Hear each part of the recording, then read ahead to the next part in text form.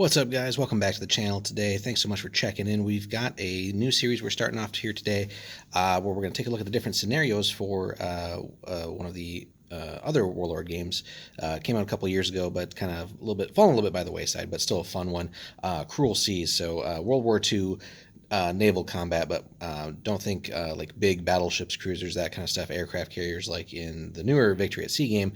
This one mainly focuses on little smaller coastal action, so like motor torpedo boats, submarines to a certain extent, but just smaller coastal not aircraft, but ships that really hasn't always gotten like sort of the limelight in gaming or even in like history and stuff like that. So, and that's a great chance just to explore some things that you don't always get to do gaming wise as well. So our series here will cover the different scenarios for the game, and we'll kind of present them, just kind of going through everything that they have here. And in the same way that the way that they lay it out in this book, where it starts off very basic, with two very basic forces, and then starts walking you through and basically adding more of the game, more of the rules as you learn more about it. So it kind of takes you hand by the hand, basically, and just gradually includes more and more for you to do. And that way kind of getting to a full game, full rules, essentially. Anything's possible by the time the series ends here. And it's a great way of sort of approaching that for a game, certainly. So as opposed to just sort of throwing the player in the deep end and letting them, or forcing them to figure things out as they go. So this first one's called Scenario 1, of course, Ships in the Night. So the little blurb here is kind of setting the tone for it here, the sort of backstory. So your boats are finishing their patrol and returning to base at dawn. The night has been uneventful until, in the growing light, you see an unidentified unit of ships emerging in the gloom. So just a sort of chance encounter at the end of a patrol, which would have been very common here.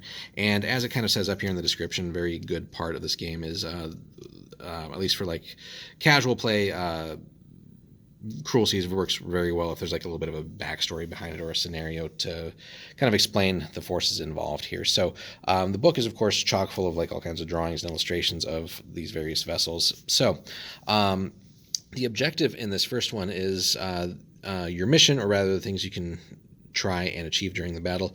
So your ships are returning to port, having expended their torpedoes and blunder into an enemy force. Both flotillas are aiming to exit diametrically opposite to their entry point, and once they're off the table, are safely home for tea and medals. This is a savage battle, but it's great fun and no shame if the dice don't roll well for you, so sink the enemy now. So deployment-wise, and we'll take a look at the map in just a second, but take turns to pick a fleet dice from the bag, and then deploy one ship of the nationality picked. Place the ship at combat speed with the back of the wake touching the edge of the table in the corner on the map opposite, and basically do that until all the dice are deployed, essentially, or the ships are deployed. So on the Royal Navy side, kind of getting ships from the sort of two-player starter, but the Royal Navy will run two regular Vosper Type 1s, motor torpedo boats, with the, I guess, the mid-war fitting there.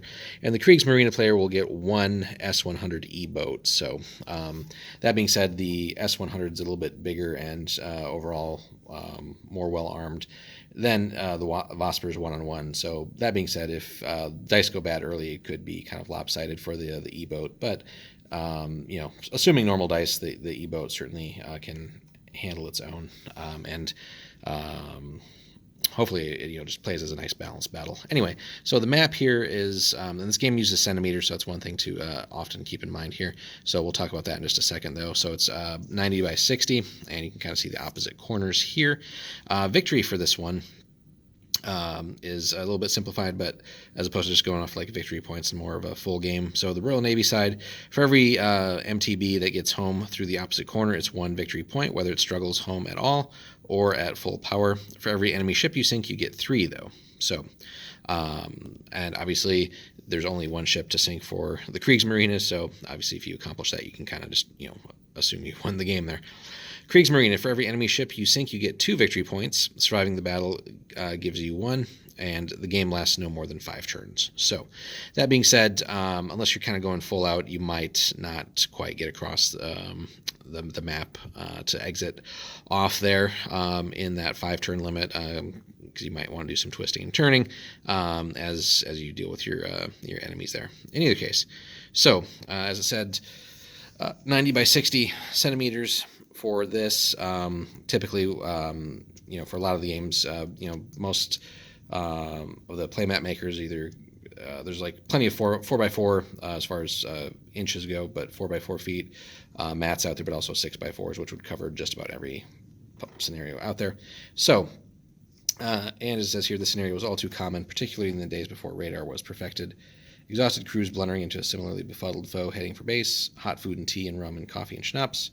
Instead, crews could find themselves in a swirling, snarling dogfight with little finesse and much confusion. So, overall, a nice little mission without a whole lot of setup required, just to introduce some concepts for the game and just keep it nice and basic with simple ships that you would get in like the 2-player starter or like either of your fleet starters. So, of course, you could switch out the British and Kriegsmarine for whatever two nations you and your opponent might have, assuming you're just starting out in the game, and just kind of pick something that would be similarly matched up and similarly just like a well balanced game there. So whether it's 2-on-1 like this one, or something where it's more 1-on-1 or 2-on-2 if need be. So just whatever feels balanced for you guys, but still very basic and simple.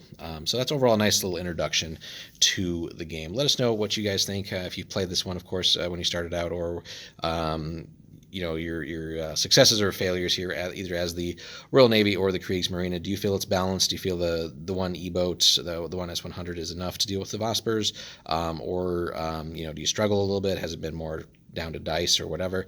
And similarly for the Brits, do you feel like the two Vospers typically manage to deal with the E-boat, or do you typically try to go more off the just try and get off the board and try and secure a victory that way? So let us know in the comments, guys, what you think. Hope you enjoyed this little tour of Scenario 1, Ships in the Night for Cruel Seas. We'll put a link in the description for the game too if you guys want to check it out.